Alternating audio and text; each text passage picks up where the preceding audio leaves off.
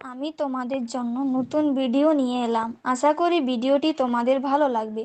ভিডিওটি ভালো লাগলে লাইক, কমেন্ট, শেয়ার এবং সাবস্ক্রাইব করতে ভুলবেন না।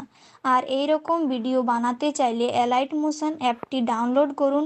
লিংক নিচে ডেসক্রিপশন বক্সে দেওয়া আছে। পুরো ভিডিওটি দেখার জন্য তোমাদের সবাইকে ধন্যবাদ জানালাম।